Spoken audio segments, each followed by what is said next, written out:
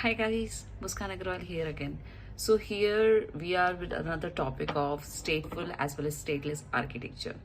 So what we have studied till now, right?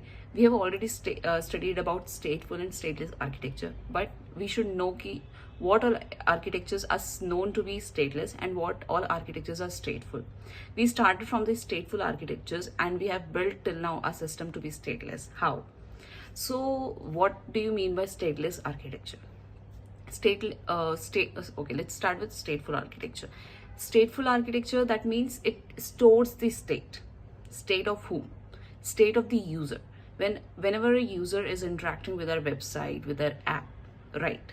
So, each request can store the user data for the another request, right? So that it does not have to request the database for your authentication or authorization.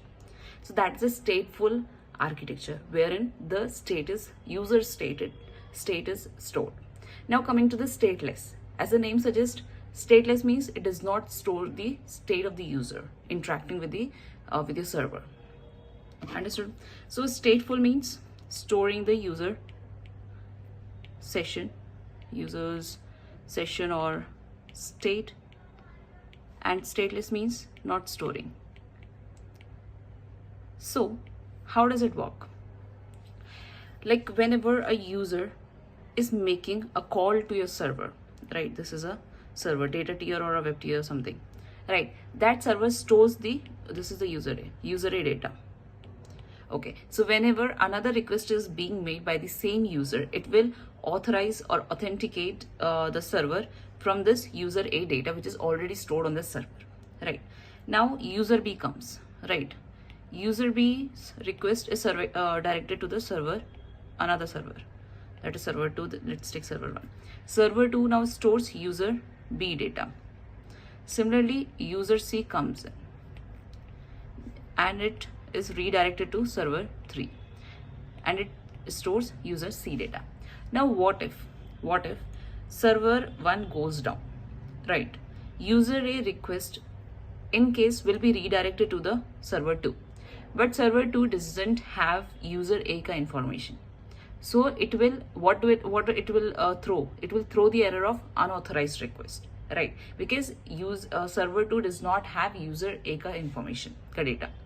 So it doesn't know कि पहले भी user A ने interact किया हुआ है उनके server के साथ, and it has already signed up or signed in onto the server, right? So it will throw an unauthorized request error to them.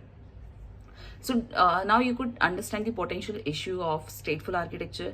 Ki whenever you are about to scale your system, it's hard, and if you go on storing users' data, right?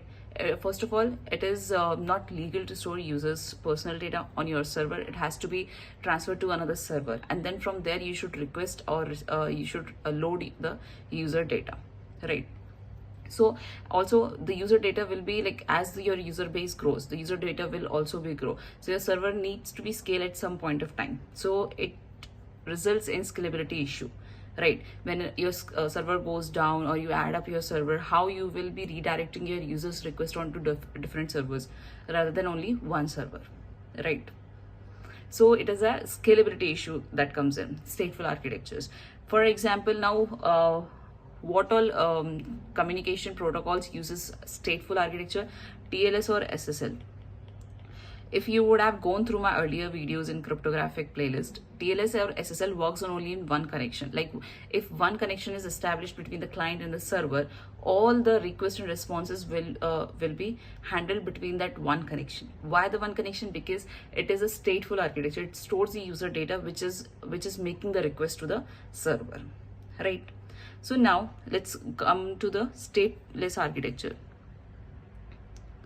right? As we know, stateless do not store the user's data or user session. So whenever a user is interacting with our server, right, this is our server, that server will make a DB call or whatever, like a cache call or a DB call or somewhere. It will call and fetch the user data.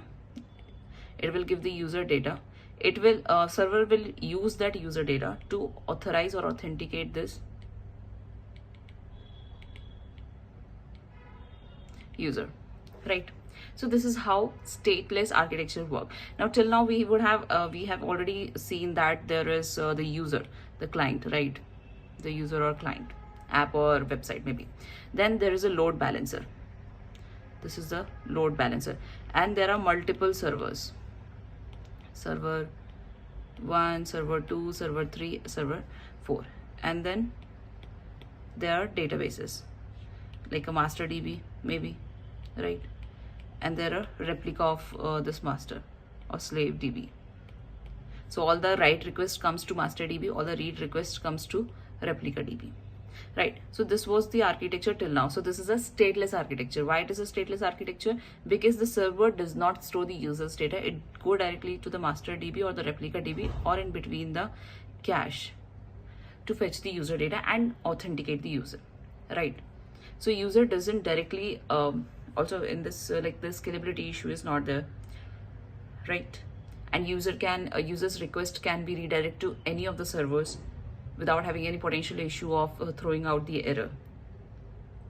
Understood? So now the stateless architecture example is HTTPS request. HTTPS request is stateless architecture.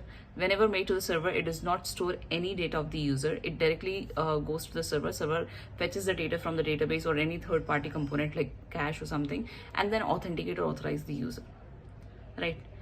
It's a HTTPS internally, although uses TLS or SSL protocol, but that's just for the communication purpose, like for the exchanges and establishing a connection between the client and the server, right? But it does not store any user data. So it is a stateless architecture. I hope you understood the difference between stateful and stateless architecture. If you have any doubts, please do drop in the comment section. Also, please do like, share, and subscribe. Thank you.